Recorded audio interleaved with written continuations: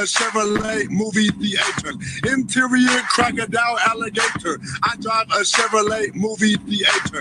Interior crocodile alligator. I drive a Chevrolet movie theater. All right, so Fred, should we do this now? I like the excitement level. You are listening to the weigh-in for the last time on podcast only, which is exciting for me and you and listener. Listener should be excited. I feel bad for our future listeners, but you know what, Fred? That's not my problem.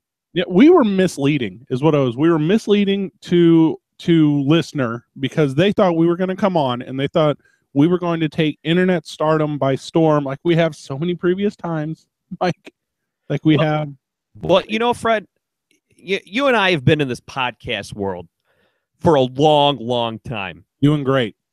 And, you know, a lot of times it feels like you're trying to dig a tunnel in the side of a mountain with a spoon.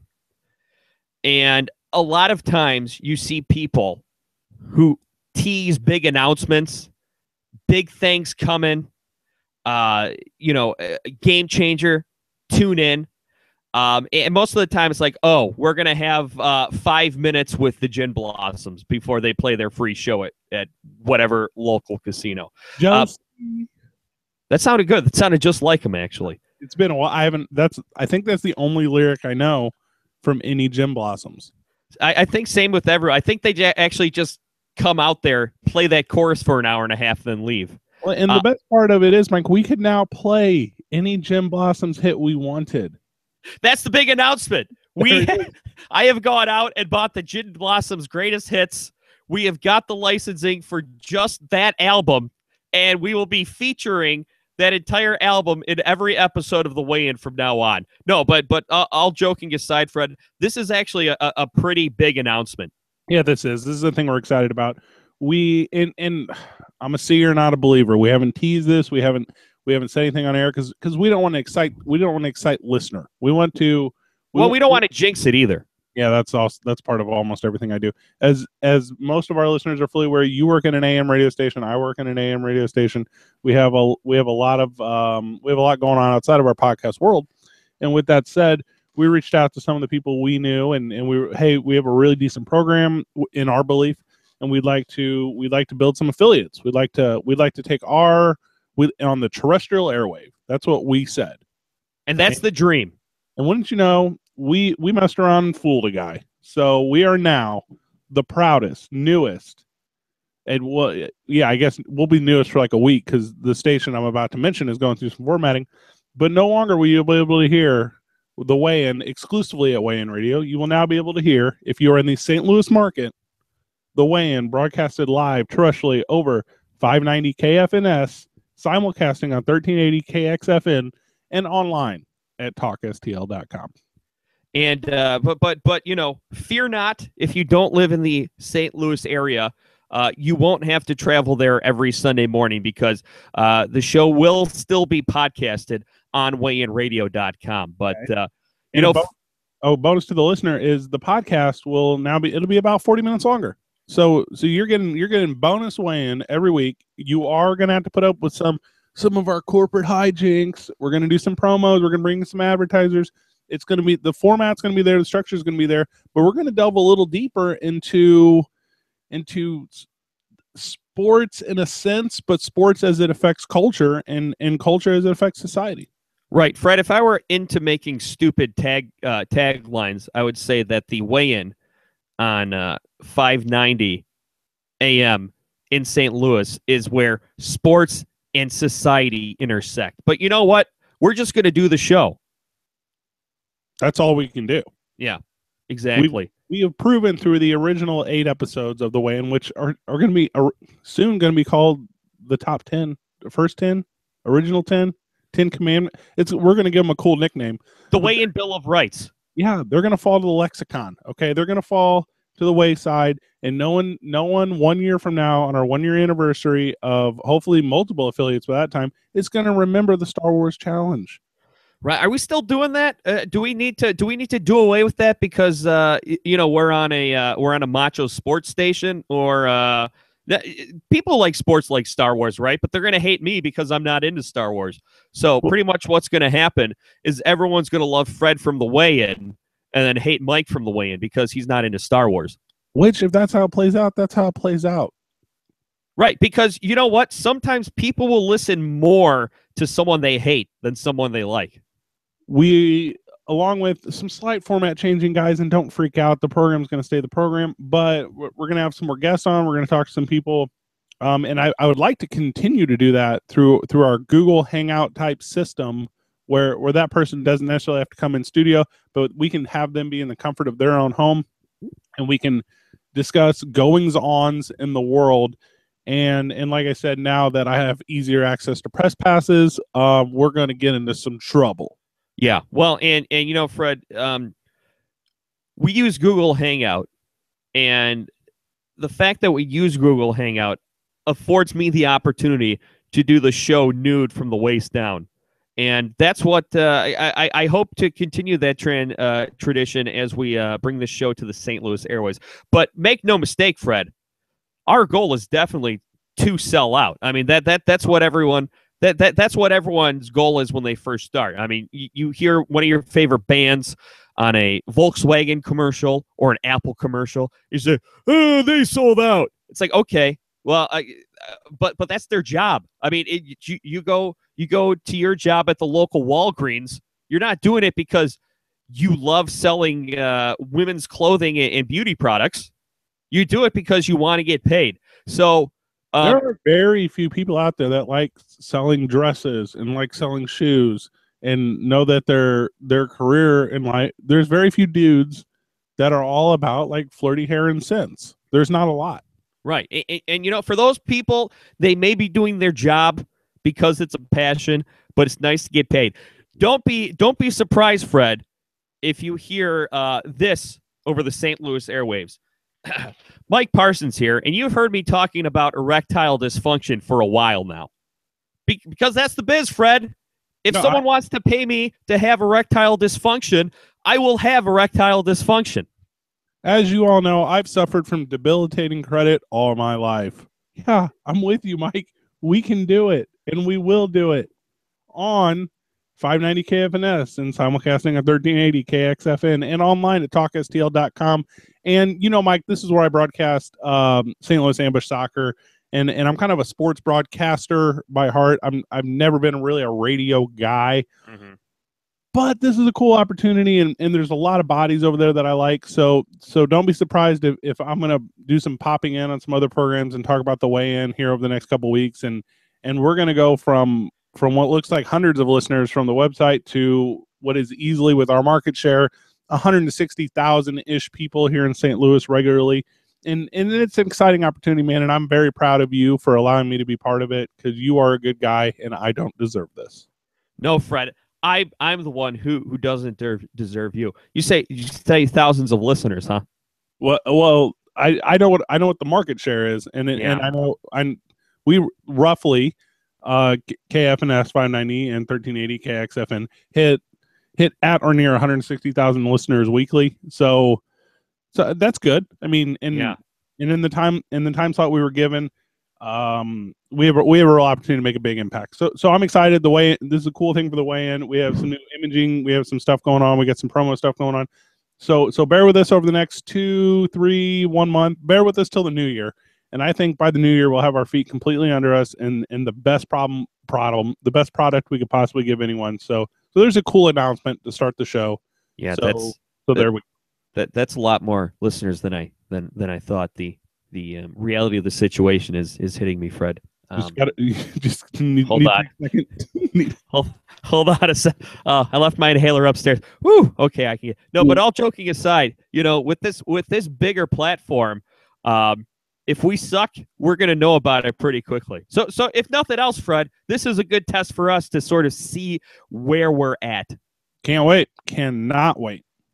And you know, I on probably our biggest challenge will be finding ways to talk about stories that have been talked about all week in a different way. You know, this Greg Hardy situation has been all over the place. And like I said, I don't know what we can say about it that hasn't been said.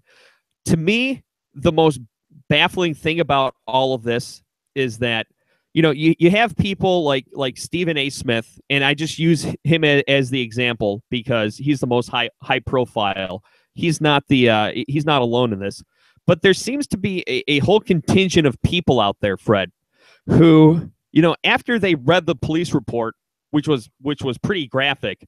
I mean, details Greg Hardy dragging his fiance around their home by her hair, throwing her on a futon covered in assault rifles. A lot of people, after reading that, figured a 4-game suspension before being signed by the Cowboys was absolutely fine.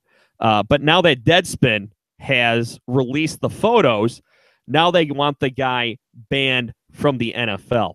And I think you're missing kind of maybe a pretty vital point. Originally, the suspension was 10 games. Right, and then it was yeah, and then there's an appeal system, which is through your union. Which I know if you're a proud union member, fine. But that's what it does. It protects people who make mistakes, and so it went from 10 games to 4 games, and then after the 4 games, he had a real incentive-laced contract where he wasn't being paid without performing on the field. So he had to make gains, he had to make practices. There was no guaranteed money in his contract. Go. Yeah, well, and I think this offseason, the NFL is going to need to take a look at its disciplinary policies and its disciplinary structure, because this domestic violence thing seems to keep popping up. And, I think by now NFL fans realize that the NFL isn't going to do anything unless it benefits the NFL. And, you look at Greg Hardy, you said, Fred, originally it was a 10-game suspension, and then an arbiter knocked it down to 4 games because they said that the punishment was too severe based on past precedents. But then, of course, a lot of people are drawing comparisons to the Deflategate thing, where the NFL wanted to suspend Tom Brady for 4 games, the same as what Greg Hardy received for beating up his girlfriend. And, oh, by the way, at the beginning of the season, Josh Gordon from the Browns failed the drug test for smoking a little weed, and they wanted to suspend him for the entire season. So, that seems a bit disproportionate to not only myself, but a lot of people observing from the outside. Yeah, and the thing about like the Tom Brady story with deflating the balls is you don't really have to explain the situation. That's the situation. The story with Josh Gordon smoking a little weed, everyone smoked a little weed. They kind of understand what's going down there. The story with Greg Hardy and Ray Rice, if we're going to go back far enough, is a little different because these stories all happen individually. These stories all had to be explained, and these stories all have to be not comprehended, but processed, right? So all these stories have to be more than one time redistributed to the masses, because you can't say just got caught smoking a little weed, because not every single person can relate to that. You cannot relate to just beat up his girlfriend a little bit, because we've never done that. And with Greg Hardy, there's a St. Louis spin to the story too, if the listener doesn't know. Greg Hardy played for the Carolina Panthers. He lived in Carolina. Nelly, the rapper who's from St. Louis, is part owner of the Charlotte Bobcats, which is also obviously in Carolina. Greg Hardy's girlfriend allegedly had some sort of an affair with Nelly in Carolina, and then I guess a Nelly song came on the radio, and he snapped, and here it goes. It's all downhill from here, and these terrible stories came out with the guns and the beating up, and they beat each other up. It wasn't a one-way beat up, and this thing goes on. And then, like you said, after the punishment, and he's made some kind of weird comments, but he's just kind of a weird dude, and I don't hold being weird against anyone. But then the photos come out, and everyone's up in arms, and I feel like it's double jeopardy a little bit. Like, I feel like you can't backtrack to punish again. And then we kind of get into the public shaming, public humiliation side of it, where is that where justice is going to be served? Go ahead. No, you go ahead. I was going to say Roger Goodell or Jerry Jones, who's his employer with the Dallas Cowboys, or himself, I guess, who won't he's unapologetic. He's not remorseful. He is a guy who's probably was raised in a culture, and this is all alleged, who does not feel the need to apologize for these kind of things. He's seen these actions all of his life. Well, yeah, and plus, he's been a high-level athlete for the good majority of his life, and we all know that people who have an exorbitant amount of skills in one area that has the potential to make a lot of people a lot of money, there's a different set of rules that apply to them. But you're right, Fred. I think the time for justice has passed.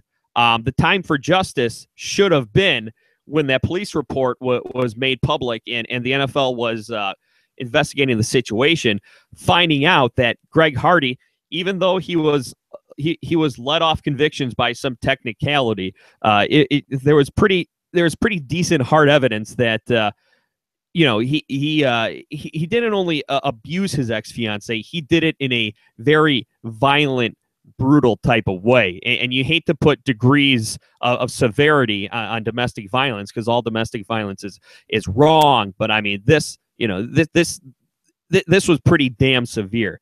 And I think maybe, Fred, too, part of the reason people are so outraged after seeing the photos is because, number one, we're a visual, visceral people, and number two, they probably feel like Greg Hardy got away with something, and now there's photographic evidence of it. It speaks to the culture a little bit, right? Our culture, society. People don't take the time to read. I mean, that's a very blanket statement. That's not what I meant. Visually, we are more responsive than we are if we absorb information through text or whatever, right? Right. So whenever you see the photos, all of a sudden, whenever you see the Ray Rice video, all of a sudden, it's a more real crime to you. Now, there's a face to a name, there's an action to an event. It's not like reading a story, and that's going to prompt people to react in the way that people have been reacting. And I'm not just talking Joe Citizen. I'm talking people in the industry, his colleagues. I mean, there have to be people in the locker room that just hate his flipping guts. There has to be. But you're in a position where you're not allowed to say that because, like you said, that guy is a vital asset to the Dallas Cowboys, and he has an opportunity to help those guys make a lot of money. So, right, and that's exactly why he's playing and Ray Rice isn't, because he can still help out a football team. And Ray Rice, his skills and his career were sort of on a decline when it happened. So you can get a little more sanctimonious with Ray Rice than you can with a Greg Hardy. It's not just sports, but I think sports is a prime example. To, like you said, if you have a skill set that is not just beneficial to yourself but beneficial to others, you're gonna slide a little bit, and that's going to be fine. But culturally, people are not going to accept that. Greg Hardy, he's 27 years old. For the rest of his life, he's not going to get into the Pro Football Hall of Fame. He's not going to get invited to speak at his college. He's not going to, like, all these things the accolades that normally come with a guy of his position, a guy of his prestige in his profession. I don't mean as an individual. He's not going to get those opportunities because he, for the rest of his life, will be shamed, i.e. Monica Lewinsky. Well, yes, sort of. I mean, of course, there's some nuances there that set them apart. But you bring up a good point, Fred. When something like this happens, well, I don't want to say happens. When something like this is done by a Greg Hardy or a Ray Rice, our initial reaction is that this guy should never play professional football again. And I think that's a understandable, justifiable reaction in the moment, because, like I said, these videos, these pictures are graphic and horrifying. But the fact of the matter is, these are young men. Okay, they're in their 20s to mid 30s at most, so they've got a lot of life ahead of them, and obviously they did something terrible, but everyone has to make a living somehow. And we're up against it, Fred. So let's think about this over the break. At what point, when somebody does something like this, do they deserve a second chance, if at all? So we'll mull that over during the break, and we'll be back. It's the Weigh-In, WeighInRadio.com.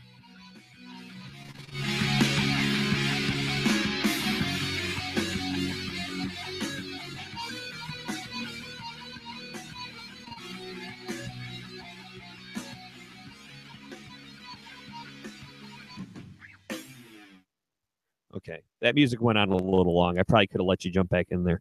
That's all right. Okay.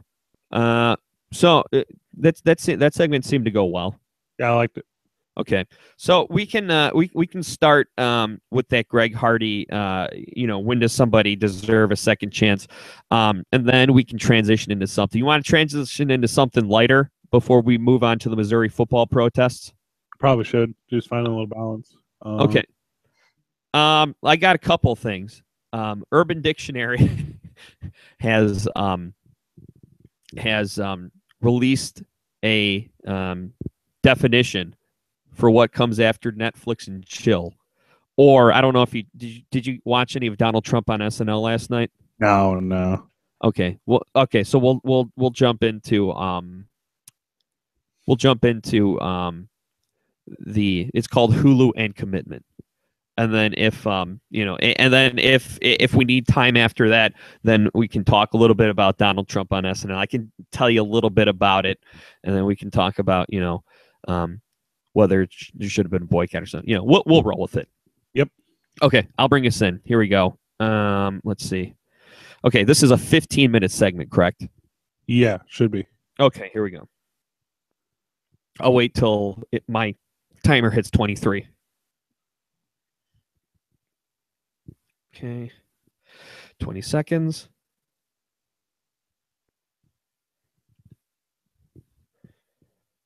Ten seconds.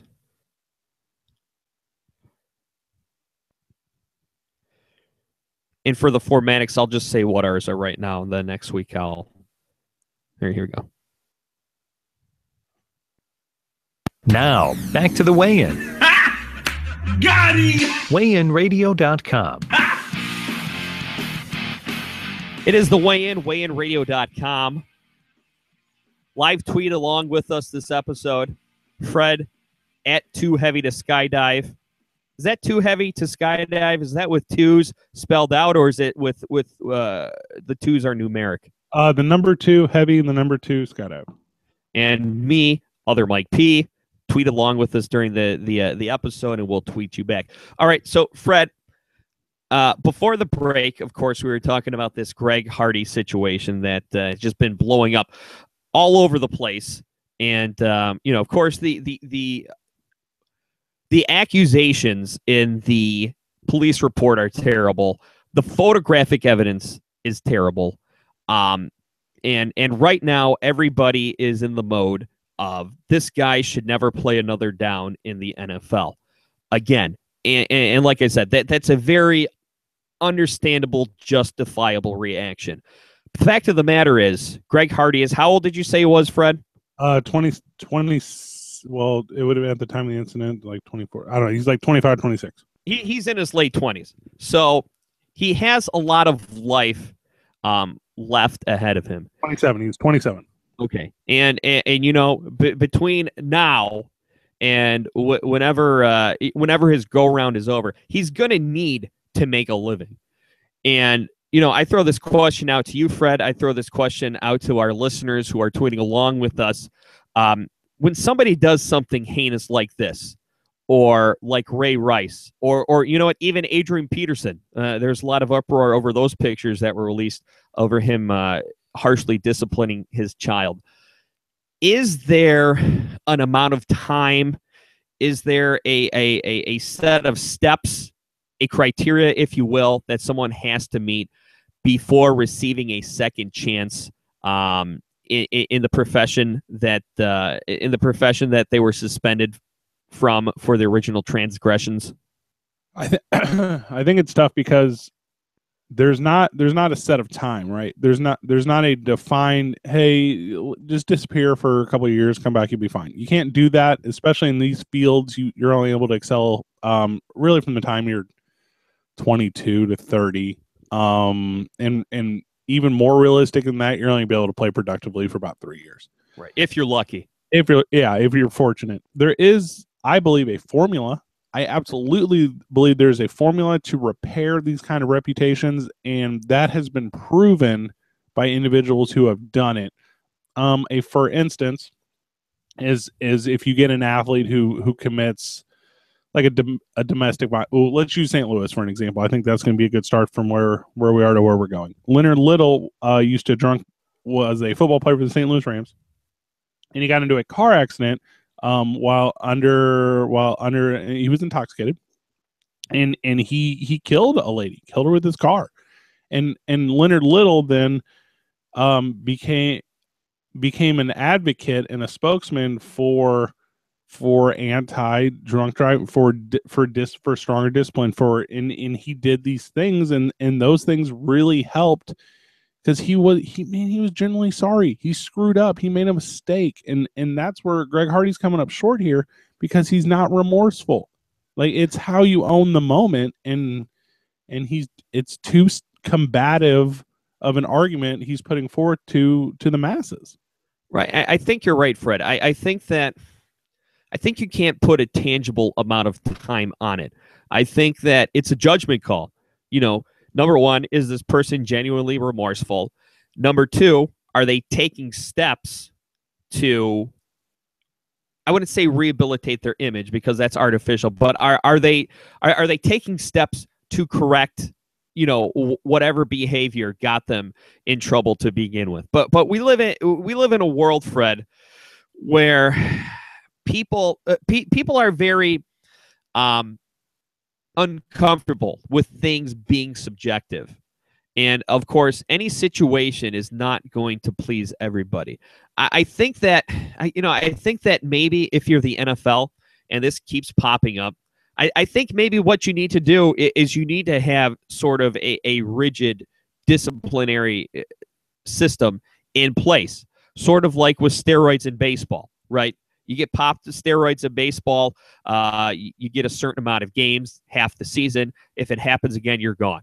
I think that the most expedient thing that the NFL can do right now is, the first time there's evidence that you have engaged in something like this, like domestic abuse, you suspend someone for the season, and then they start with a clean slate next season. Of course, they'll probably have to go through counseling and everything. And if you slip up again, you're gone for life.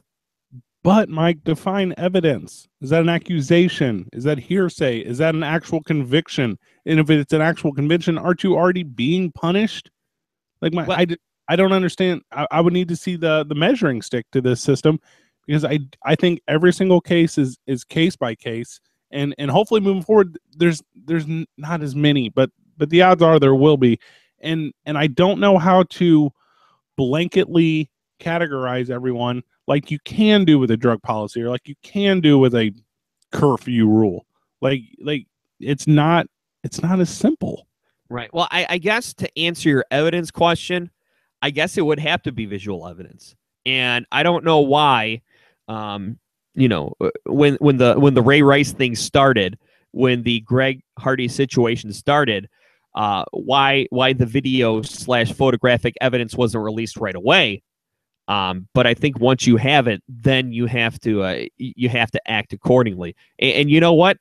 Maybe say if you can't get access to that right away, then say the investigation is pending, and let the guy play, because you're innocent until proven guilty.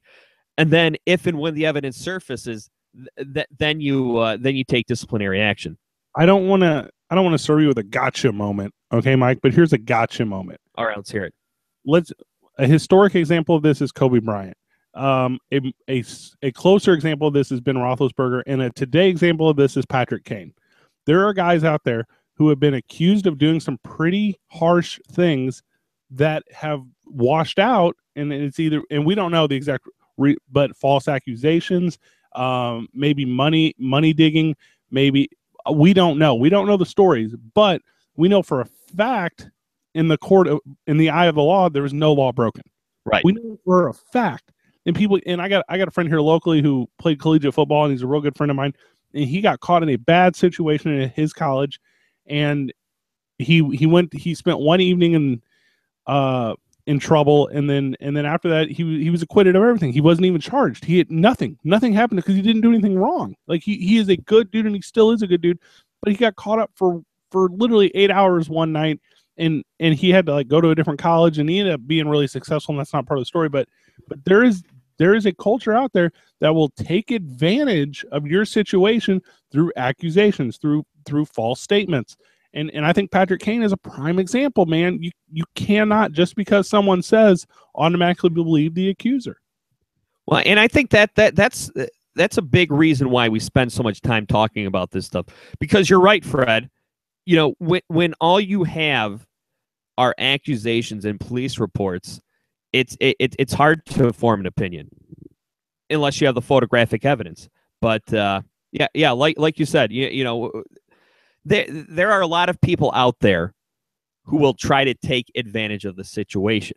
So I don't know. I don't know. Maybe these leagues need to leave themselves an out that says, okay, well, you know, here's the evidence. The evidence supports that it's not you know, not to sound like the Deflategate report, that there's more evidence than not that this happened. Say, look, we're suspending you for a couple games, and we will reserve the right to add more games if more evidence comes out. I don't know. That's a very good question, Fred. And that's the stuff that we don't think about when we're having these emotional, visceral reactions, such as we're having this week.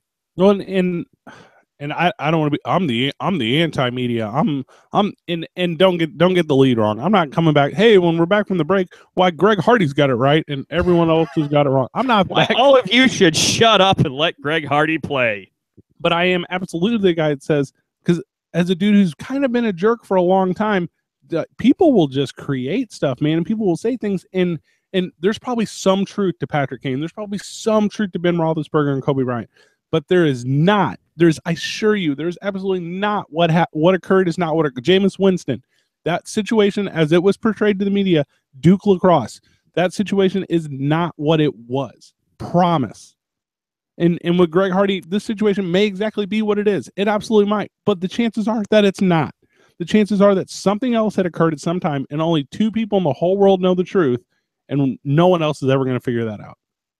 Yeah, well, I mean, if we're going to split hairs here, I think I think at least in the Greg Hardy situation, it probably is exactly what they say it is. And even if it's not, I mean, you know, those bruises he left on her, I mean, that's you know, Fred, I don't even think that our outrage should be at the NFL. At least in the Greg Hardy situation, our outrage should probably be at the legal system for not, you know, not bringing any charges against him there. But yeah, you're right overall. I mean, you know, this Greg Hardy situation is one isolated incident, you know, amongst a bigger problem, amongst a bigger issue, where you don't know what the truth is until you see photographic evidence, and even then, you still don't know 100% the whole story. Well, and I'm going to assume you went to Deadspin. I'm assuming you looked at all 50 photos. They were not all of the Holder girl. They were both parties. So if, I mean, he was beat up too, man. Like I'm telling you, they got in a fight is what happened. They were two adults who got in a fight, and the dude is just a gigantic football player, and he beat the crap out of her, and he should not have done that. You should never beat the crap out of anyone, man, woman, child, elderly, disabled, able, what religion, credo, it doesn't matter. Don't beat up anyone. But they got in a fight, and that's what it was, because the police said, well, we can't really do what you're saying here, girl, because you are straight lying. Like, your story doesn't work out. And that's where you get screwed. Like, instead of telling the truth in the situation and putting Greg Hardy in a point where he has to pay more, I think he paid like $2,000 in fines. Like, no, man, just if everyone would come out and be honest, and man, that thing was severe. I'm not trying to say Greg Hardy's good, because he's absolutely not. He's He's probably a huge piece of junk, but it's not my job to judge him. It is absolutely the court system, because that's why they have a judge, and they did not. So I cannot take away his career. I cannot take away his profession. I can't even take away him having another girlfriend. Like, he can go on and I'll sit here on the sidelines and I won't root for him and I won't buy his Cowboys jersey. But that's kind of how life is. Yeah, and you know what? I don't think that this situation is going to hurt the NFL. Now, because people are still going to watch. People are going to get mad. But, you can't, as skeezy as the NFL is, you can't define them by one person. And like I said, Fred, the real crime here is that this never went to the court system. Like you said, you don't, that in situations like these, all sides are lying. And that's why we have the court there, because you have lawyers, you have a jury in certain situations where they present the evidence, and then either a judge or a jury will discern, who's full of crap and who's lying. And I think the fact that Greg Hardy didn't even have to face these charges because of a loophole in South Carolina, where you can everyone's entitled to a jury trial, and then Greg Hardy was no longer being cooperative, so the prosecutor just dropped the case.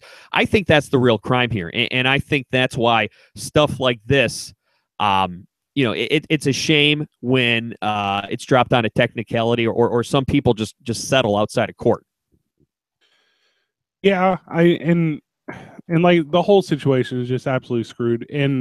And we didn't mean to go 2 full segments on, but I think the grandiose picture is going back to Patrick Kane, where it's the exact same thing, where the allegations were dropped. The court said, hey, we're not going to be able to pull this off. There's not enough evidence here. Like, and he's a guy who is not going to face any sort of punishment from his employer, and he's not going to face any sort of punishment from the United States of America. But for the rest of his career, anywhere he goes, in any arena he plays in, they're going to chant, "She said no," and he's going to deal with that the rest of his life. So I wish there was a system in place where these individuals, accusers, prominently, that these accusations were kept in a private where people did not know until the whole thing played out. And I will never get there. There'll never be that system. And it's so polarizing now. Go back to 94 and OJ and all that stuff. It's so polarizing to where people want to tune in. And sadly enough, it's flippant entertainment. And that is a brutal pill for me to swallow. Well, and I think the reason it's so compelling is because people identify with it. They either identify with his ex-fiance as a victim who doesn't have a voice, or they identify, I'm not going to use Greg Hardy. I don't think anybody's identifying with Greg Hardy in this, no, but let's go back to Patrick Kane, in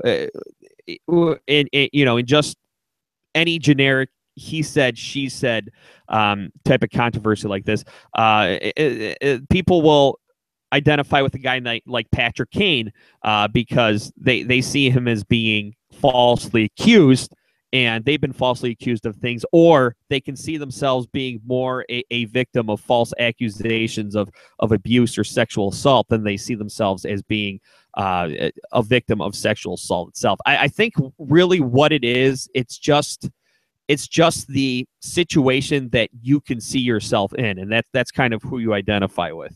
I agree completely, because like Patrick Kane, I've been in a situation where I've been, hey, he said he did that, and it's not true. And whenever that stuff all washes out, you spend a lot of time correcting that story to the truth, and that's something that I don't necessarily feel like an individual should have to do.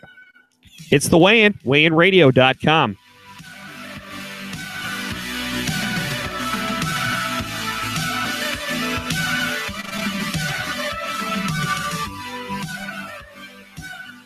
Okay, I took that right to 40 on the nose. Good job. Cool. All right. Yeah, I think we went a little long with that, but I think there's just a lot to hash out there, and plus we kind of discovered a new angle in the middle of that. Yeah, I thought it went well. Yeah, I did too. Okay, All right. whenever we turn this broadcast off, this Google Hangout thing, I'll tell you about when I was coaching in high school and the thing that happened to me, and it was super bogus. Super bogus. Okay. Okay, so let's see here. When I was coaching high school, not when I was coaching in high school. That didn't Right. make sense. I don't know how you would do that. Yeah. No, I'm sorry. I was saying because I'm looking at this. We got to hit Star Wars, but we also want to talk about the Missouri football. Let's do Star Wars first, just because it's a lighter topic, and then if we have time, we'll go to the Missouri football protests. Did you watch the second one? Yeah, I watched The Empire Strikes Back. That's the best one. So, here we go. Let's see here. I'm gonna wait till 42. I'll bring it back. Okay, and then this is going to be a 10-minute segment. Also, I was a little clumsy getting into that topic, but I think it worked fine. Okay, here we go. Okay, so we got about 20 seconds here. Also, when I do this, I'm going to have to keep track of which rejoins that I've used, because I got to show you. I really like this this Soundit app for the That's what I'm running all the music off of and stuff. Yeah, I'm down. Okay, here we go. 20 seconds.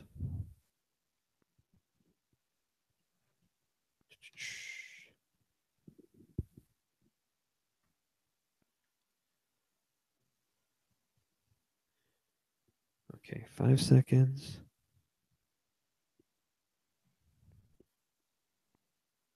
Now, back to the weigh-in. These guys are like bad stand-up comics that you can't heckle. Weightinradio.com. I haven't heard Strong Bad in maybe shoot, man, 10 years maybe. Is that right? Yeah, that guy needs to come back. Strong Bad was the best. Little brother. I had a Thanks. t-shirt. I bet you did. Well, you know what, Fred? I wasn't able to get into Strong Bad till years after, because back when Homestar Runner was in its glory days, I had 56K dial-up internet. So, of course, you spend just about an entire afternoon downloading an album or downloading one video. There was, oh my God, it's still a website. What is that terrible voice? Is that supposed to be Homestar? God, man, you took me back to a galaxy far away and a long time ago. Damn. Oh, I screwed that up. Strong Bad was he was the star of that website. I mean, Homestar Runner had his name on it, but people were going there for Strong Bad. Make no mistake. I still regularly will reference like Strong Bad stuff, like delorded, and people like somebody will catch it. Is that a Homestar? Yeah, man, I was that guy. I thought it was so cool. I was very seen 10 years ago. I was the email guy. They may not necessarily remember the name Strong Bad, but the email guy, and then they'll reference their favorite Strong Bad episode. That's so funny. Speaking of episodes, you watched episode 7. Yes. Star Wars, The Empire Strikes Back, earlier this week in the Mike Parsons Star Wars Challenge. That we'll continue this. I think we have to continue this because the loyal listener deserves it. You watch The Empire Strikes Back, and you have brought a Parsonian review to the weigh-in. Yeah, I got to be honest, Fred. Maybe I might like Star Wars more if I watched it as a kid, but I got to be honest, it's work for me. It's work for me to sit down for 2 hours and watch these. And like I say, every episode, Fred, before people start teeing off on me, I know the problem is with me. I know they're not bad movies because obviously they're like the biggest thing ever, but I don't know. It's just not grabbing me, and I'm really, really making an effort, Fred, because this is how I watch TV. Okay, usually I watch TV. On my lap is my laptop, to my left is my phone, and to my right is my tablet. So I'm usually very distracted. But when I'm watching Star Wars, I put all those away because I want to give it a good go. Well, if you're saying you didn't like it, first of all, I'd like to congratulate you because you are in the 5%, because Rotten Tomatoes says 95% of people like Star Wars episode Yeah, I know there's something wrong with me. 5, The Empire Strikes Back. What doesn't work? What doesn't click for you, Mike? Like, give me what makes you such a weirdo. Well, there is a lot to like. Okay, I do enjoy, the deep things that Yoda says. It's philosophy, disguised as entertainment. Is Chewbacca everyone's favorite character? I like Chewbacca, and I think I like him because he's like half dog and half human. No one relates to Chewbacca. Who's the fan favorite? Is there like a generally accepted fan favorite character? Or is that like trying to pick your favorite kid? No, it's Darth. I think in like Boba Fett is the guy that like the whatever. But I think the ones that have the test of time, the iconic ones are Darth Vader, because his image doesn't change. Right. C-3PO, R2. I think R2-D2 is huge. He's on everything. Yeah, I hate 3CPO. He's such a wiener. He's a huge wiener. Yeah. He's a buzzkill, and that's me, the king of buzzkill, calling C-3PO a buzzkill. Yeah, right. Well, I'm bummed out, Mike, because you only have one more in the original set, yeah.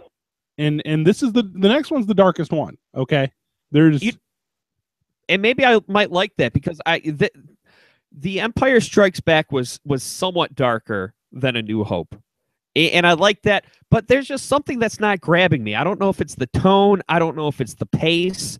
But I'm just having a hard time getting sucked in by this. And you know what, Fred? I'm also wondering if the fact that I knew what the twist was at the end of The Empire Strikes Back, maybe that's inhibiting it. Because I imagine that when Darth Vader says, "Luke, I am your father," that probably blew a lot of people's minds. But I knew that 20 years before I even watched Star Wars. So you go to see a play, right? A play has three parts. They have like the opening, they have like the middle, which is often your climax.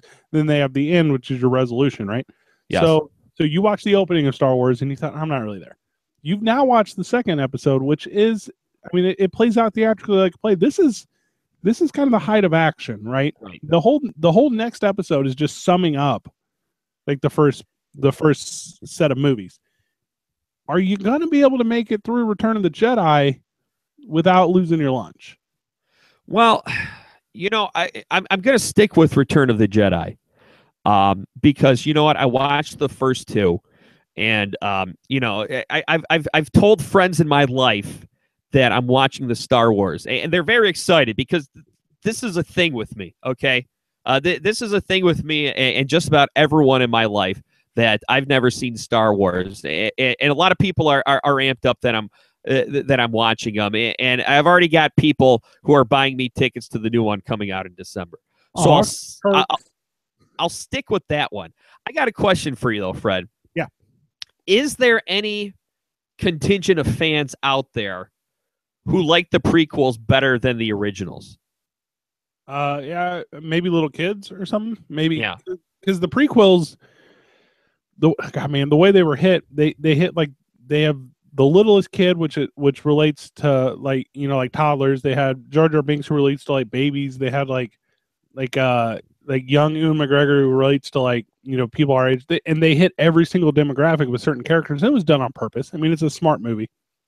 But because it hits everyone, it hits no one. Right.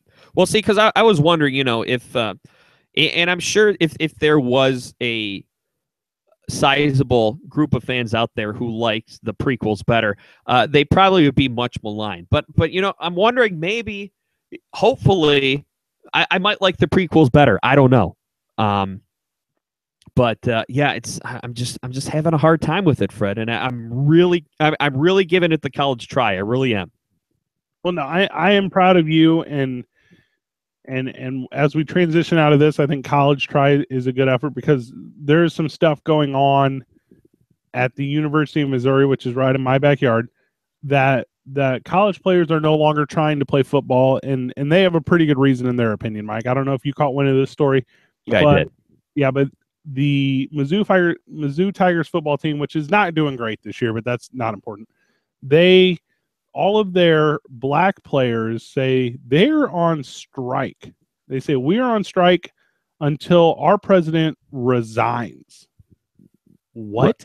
Right, and they're striking, they're protesting because I guess last month somebody smeared a swastika in feces on one of the dorm rooms, and I guess there's been some other sort of open racial attacks that a lot of the players and a lot of the students feel like haven't been addressed. And the football players are saying, enough is enough. Do something. Get this guy out of here, or we're not playing. And Fred, like Mrs. Garrett says on The Facts of Life, the black experience is not my experience. So I can't say whether when black people, when minorities protest for equality, whether they're justified or not, because I don't know. I've never been oppressed, and I've never been there's never been open hostility towards me because of my race. My question is this going to work? And you know what? If most of your football team refuses to play, it just might. 32 African-American athletes from the football team, including the starting running back, Russell Hansbrough. The athletes of color at the University of Missouri football team truly believe in justice anywhere is a threat to justice everywhere, and they want Tim Wolf to set down.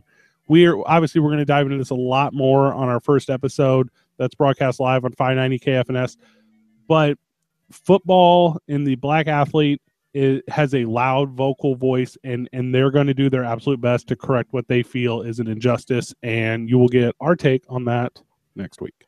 Yeah, and I'm sure there'll be a ton of developments between now and then. So, all right, everyone who's been listening to us online, thank you. We'll continue to do what we do, and look forward to talking to you, St. Louis. It's the Weigh-In, weighинradio.com.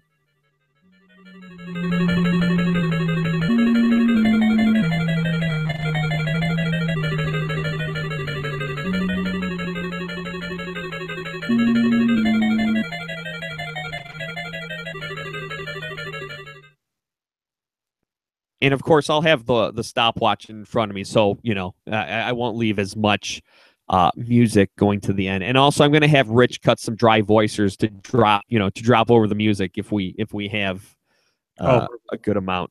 Well, and the only thing I think we'll do